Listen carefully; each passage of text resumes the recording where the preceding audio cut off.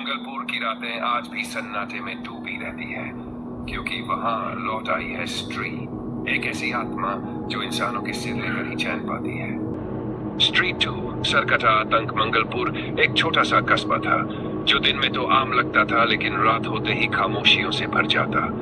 लोग दरवाजों और खिड़कियों पर ताले लगाकर बैठ जाते थे।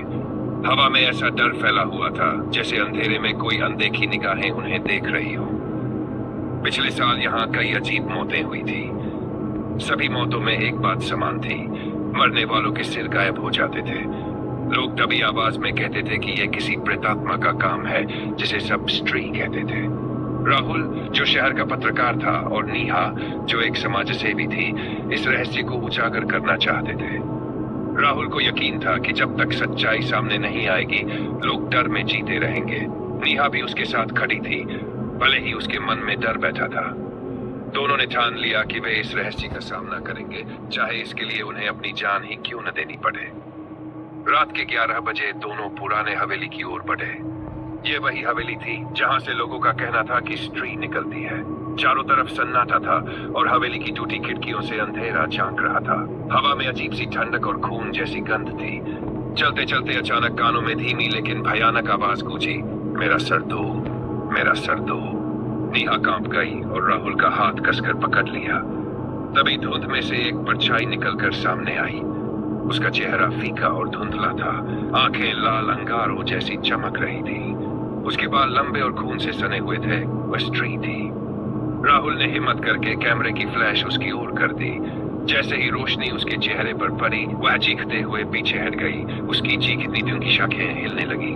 दोनों डर के मारे भागे और मुश्किल से अपनी जान बचाकर हवेली से बाहर निकले। अगली सुबह पूरे शहर में खबर फैल गई कि 2 और आदमी, अब लोग बिल्कुल सहम चुके थे। कोई घर से बाहर निकलने की हिम्मत नहीं करता। राहुल को एहसास हुआ कि यह मामला उनकी सोच से की बड़ा है। नीहा ने पुराने दस्तावेज और किताबें खंगालनी शुरू की। उसने पाया कि सदियों पहले इसी जगह कौरतक के साथ भयानक अत्याचार हुआ था। गांव वालों ने उसकी इज्जत लूटी और फिर उसे मार डाला। उसका अंतिम संस्कार भी सम्मान से नहीं किया गया। तभी से उसकी आत्मा भटक रही थी और हर 7 साल अब लौटकर बदला लेती थी। राहुल और नीहा ने निश्चय किया कि वे इस बाबा एक पंडित की मदद ली, जिसने बताया कि आत्मा को सिर्फ तब शांत किया जा सकता है जब उसके साथ न्याय हो और उसका श्राप मिटाया जाए। पंडित ने उन्हें विशेष मंत्र और चक्र दिए। उस रात हवेली के चारों ओर दीपक जलाए गए और मंत्रों का चक्र बनाया गया। नीहा ने किताब से मंत्र पढ़ना शुरू किया और राहुल ने कैमरा और रोशनी तैयार की। आधी रात को हवेली कांपने लगी। धुंध से स्त्री प्रकट हुई। उसकी आवाज गूंजी, सिर चाहिए, सिर चाहिए। वह तेजी से राहुल की ओर चपटी, लेकिन जाल में फंस गई। गुस्से में उसने प्रचंड शोर मचाया कि दीपक बुझने लगे और चक्र टूटने लगा।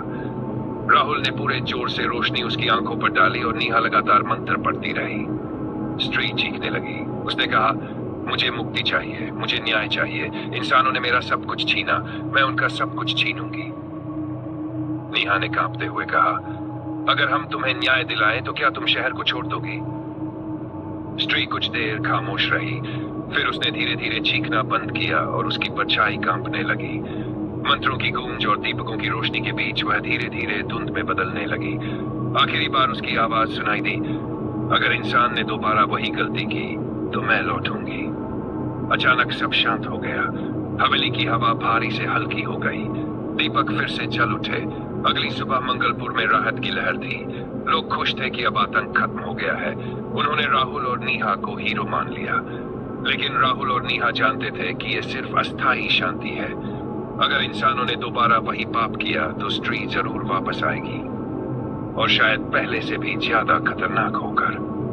रात का अंधेरा लौटते ही हवेली की टूटी खिड़की से हल्की रोशनी चमकी। कोई नहीं जानता था कि वह आत्मा सच में चली गई थी या अब भी अपनी अगली वापसी का इंतजार कर रही थी। दोस्तों, अगर आपको ये डरावनी कहानी पसंद आई हो तो प्लीज इस वीडियो को लाइक और सब्सक्राइब करना ना भूलें। और हाँ, बेल आइकन भी दबाएं ताकि हमारी अगली डरावनी कहानी आप तक तुरंत पहुंचे।